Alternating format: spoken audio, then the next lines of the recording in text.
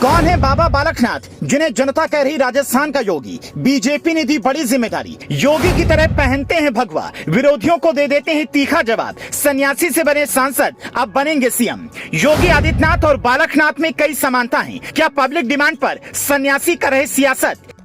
क्या बिहार के बाद अब राजस्थान में भी बीजेपी को नया योगी मिल गया है? क्या पब्लिक डिमांड पर सन्यासियों का सियासत में रुझान बढ़ने लगा है? एक तरफ सम्राट चौधरी को बिहार का योगी बताया जा रहा है, तो दूसरी तरफ बाबा बालकनाथ को राजस्थान का योगी कहा जा रहा है। जिसके बारे में बताएं उससे पहले ये दो तस्वीर देखिए, फिर ये भी बताते हैं कि बाबा बालकनाथ और योगी आदित्यनाथ ने कितनी बातें आपस में मिलती जुलती हैं। ये दो तस्वीर अपने आप में बहुत कुछ कहती है। पहली तस्वीर उस वक्त की है जब बाबा बालकनाथ को महंत चांदनाथ का उत्तराधिकारी बनाया गया। उस वक्त योगी आदित्यनाथ और बाबा रामदेव भी वहां पर मौजूद थे, जबकि दूसरी तस्वीर में बाबा बालकनाथ पीएम मोदी के साथ खड़े दिख रहे हैं। इन्हें जानने वाले लोग कहते हैं कि जैसे योगी सांसद से सीएम बने, वैसे ही इनका भी सपना है और 5 सालों में काफी तेजी से उन्होंने तरक्की भी की है। हिंदूवादी छवि के अलावा इनकी कई बातें सीएम योगी से मिलती जुलती हैं। योगी आदित्यनाथ की तरह ये भगवा पहनते हैं, विरोधियों को तीखा जवाब देते हैं, कानों में सोने का कुंडल पहने नाथ संप्रदाय के सन्यासी की तरह दिखते हैं। यहाँ तक कि योगी की तरह मंदिर के महंत भी हैं। कहते हैं कि योगी ने भले ही 22 साल की उम्र में घर छोड़कर संन्यास लिया था, लेकिन महंत बाबा बालकनाथ ने सिर्फ 6.5 साल की उम्र में ही मठ पकड़ लिया था।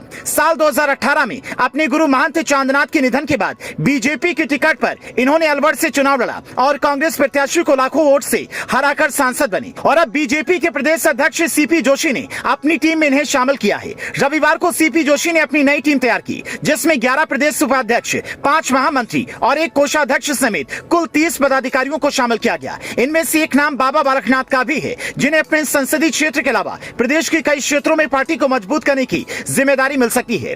बीजेपी महंत बालकनाथ को आगे करके कई सवालों का जवाब एक साथ दे सकती है। क्योंकि वसुंधरा राजे सिंधिया के रहते बीजेपी वहां पर किसी और को सीएम के तौर पर प्रोजेक्ट करे, इसके आसार बड़े बड़े सियासतदानों को नहीं दिखता। पर कहते हैं कि भविष्य किसने देखा है, मोदी शाह की जोड़ी कब क्या फैसला ले, कहना मुश्किल है। बीजेपी ये बात अच्छे से जानती है कि हिंदी भाषी राज्यों में मोदी के अलावा योगी का जादू काफी काम करता है। योगी की बुलडोजर वाली छवि जनता को न सिर्फ अपनी ओर आकर्षित कर रही है, बल्कि बीजेपी का वोट बैंक भी बढ़ा रही है और इसी को हर चुनाव में भुनाने की कोशिश जारी है। कर्नाटक चुनाव में योगी का स्ट्राइक रेट 44% रहा है, जो अमित शाह से 10% ज्यादा रहा है। यूपी निकाय चुनाव में योगी का स्ट्राइक रेट निगम में 100% और पालिका में 40% रहा है। उससे पहले गुजरात विधानसभा चुनाव में योगी ने 25 सीटों पर रैली की थी, जिनमें से 22 सीट पर जीत हुई।